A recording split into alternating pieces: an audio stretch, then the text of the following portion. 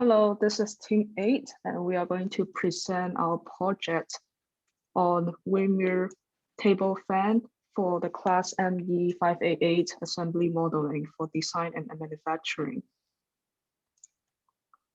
A desktop fan is a fan that is small in size and portable. It is designed for use in offices, homes, and schools, and is inexpensive. The model analyzed by the team is the windmill 12-inch oscillating fan. Its dimension is listed here. The fan works by the evaporative cooling of sweat and increased heat convection due to the fan's airflow. The fan is comprised of 4 major subassemblies and 20 parts and is majorly built from plastic and metal. This is an exposed CAD view of the fan. The 4 major subassemblies are shown here. First one is the blade, which is the core part of the fan. And then we have the outer cage, which protects the users from coming into direct contact with the blade. Then we have the motor and the base. This is the bill of materials, which lists the part, quantity, material, manufacturing process, and assembly process. The assembly processes and the CAD drawings are what the team used to develop the data flow chain, which is shown here. Although there are 20 parts in total in the fan, the key characteristics labeled here as KC1 and KC2 are mostly concerned with 10 parts shown in the center of the diagram. Next, I'm going to pass it to Ryan to talk about the key characteristics. Okay. Before we get into the DFC and the KC delivery chain in the next couple of slides, let's quickly introduce those 2 KCs and what they each represent. So the first KC is a distance KC between the tip of the blade and the cage. And this KC serves to locate the blade assembly within the cage and prevent clash, which could cause unwanted noises or even inhibit the function of the system. KC2 is also a distance KC, this time between the hub of the blade assembly and the motor cover. And similar to the previous KC, this prevents the hub from grinding on the cover, which could again result in unwanted noises or impede the functionality of the device. And now here's Zach to get into detail on the KC delivery chain. So the delivery chains for both KC1 and KC2 are shown below. KC1 is the distance between the blade tip and the cage. The KC is delivered by the blade being attached to the rod on the motor, which mates to the front motor cover, the inner grill hole, and then the grill back.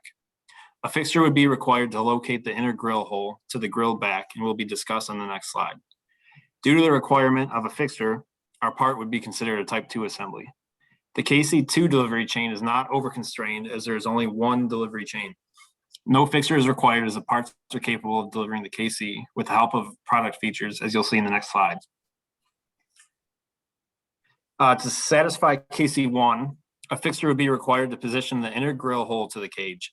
The cage would be placed into a fixture that positions based on the handle location. 2 pins would come up where the operator would place the inner grill hole to before welding it to the rear grill. The 2 pins control the XYZ location as well as rotation around the Z axis. Next. Since KC1 builds on KC2, I'll introduce the assembly features of KC2 first. First off, the rod is located actually within the blade hub by a small stop within the hub, which you can see highlighted by the arrow on the left. And then secondly, the motor cover is located by a lip around its edge that then mates with the cover of the motor assembly. For KC1, in addition to the prior 2 assembly features, the rear cage assembly is located on the motor mount by the 3 cones highlighted by the arrows, which located in all 6 degrees of freedom. The DFC does show a potential KC conflict as both KC1 and KC2 share liaisons. However, the fan is designed to withstand significant variation in the rod length. As shown in the pictures, if the rod is very short, the fan blade would grind against the back, but the blade wouldn't hit the cage. If the rod is way too long, the blade will eventually hit the front of the cage, but it's nowhere close to grinding on the back. Our KCs are also in different coordinate directions, so some variation in the parts is acceptable. Next, Panda will discuss the assembly sequence. Thanks, Zach.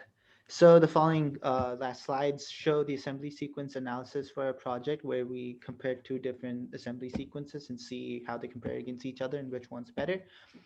So this is our first subassembly sequence. Before I go into the sequence, let me just talk about the part list and the subassembly regions used to build our assembly tree.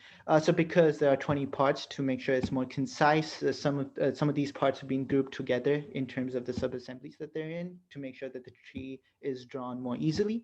So letter A refers to the base subassembly region 1. BC also referred to the base subassembly region since these regions have 12 parts. So these three consist of all the base assembly parts.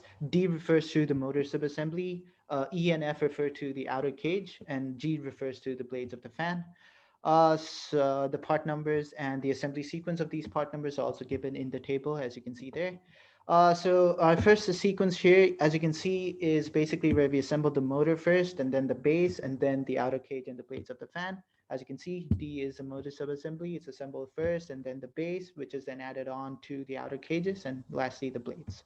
So this is our first subassembly sequence. Next slide, please. Yeah, similarly, the next subassembly sequence uses the same regions and part numbers, but the difference for this subassembly sequence is we here assemble the base first and then the motor.